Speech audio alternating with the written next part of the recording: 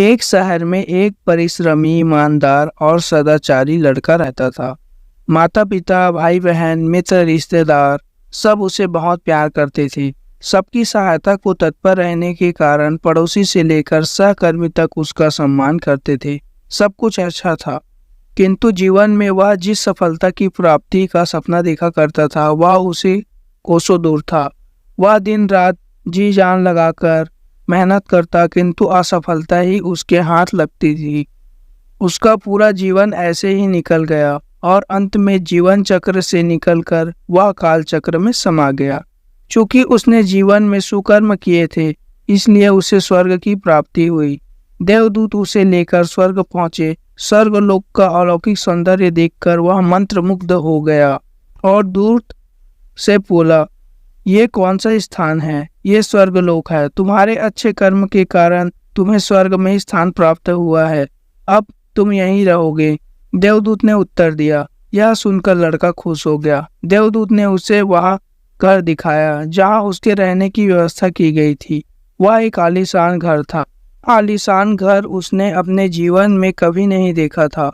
देवदूत उसे घर के भीतर लेकर गया और एक एक कर सारे कक्ष दिखाने लगा। सभी कक्ष बहुत सुंदर थे। अंत में वह उसे एक ऐसा कक्ष के पास लेकर गया जिसके सामने स्वप्न कक्ष लिखा हुआ था। जब वे उस कक्ष के अंदर पहुंचे तो लड़का यह देखकर दंग रह गया कि वह बहुत सारी वस्तुओं के छोटे छोटे प्रतिरूप रखे हुए थे। ये वही वस्तुएं थी जिन्हें पाने के लिए उसने आजीवन मेहनत की थी, किंतु हासिल नहीं कर पाया था। आलीशान घर, कार, उच्च पद और ऐसे ही बहुत सी चीजें उसके सपनों में ही रह गए थे। वह सोचने लगा कि इन चीजों को पाने के सपने मैंने धरती लोक में देखे थे, किंतु वह तो ये मुझे मिले नहीं। अब यहाँ इनके छोटे प्रतिरूप की तरह क्यों रखे हुए हैं? वह अपनी जिज्ञासा पर नियंत्रण नहीं रख पाया और पूछ बैठा, ये सब यहाँ इस तरह, इसके पीछे क्या कारण है? देवदूत ने उसे बताया, मनुष्य अपने जीवन में बहुत से सपने देखता है और उनके पूरा हो जाने की कामना करता है, किंतु कुछ ही सपनों के प्रति वह गंभीर होता है और उन्हें पूरा करने का प्रयास करता है। ईश्वर और ब्रह्मांड मनुष्य के हर सपने पूरा करने की तैयारी करते हैं, लेकिन कई बार असफलता प्राप्ति से हताश होकर और कई बार दृढ़ निश्चय की कमी के कारण मनुष्य उस क्षण प्रयास करना छोड़ देता है। वही सपने प्रतिरूप के रूप में रखे हुए हैं। तुमने अंत समय तक हार न मानी हो तो उसे अपने जीवन में प्राप्त कर चुके होते।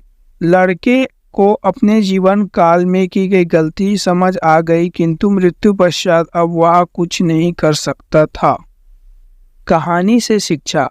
किसी भी सपने को पूर्ण करने की दिशा में काम करने के पूर्व यह दृढ़ निश्चय कर ले कि चाहे कितनी भी मुश्किल क्यों न आए, चाहे कितनी बार असफलता का सामना क्यों न करना पड़े, अपने सपनों को पूरा करने की दिशा में तब तक प्रयास करते रहें जब तक वे पूरे नहीं हो जाते। अन्यथा समय निकल जाने के बाद यह मलाल रह जाएगा कि काश मैंने थोड़ा प्रयास और किया होता। अपने सपनों को अधूरा मत रहने दीजिए।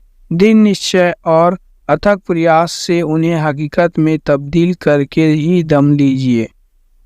और अंत में यही कहना चाहूँगा, रख जज्बा कि सपनों में जान हो। पंख नहीं है तो क्या हुआ, हौसलों से उड़ान हो।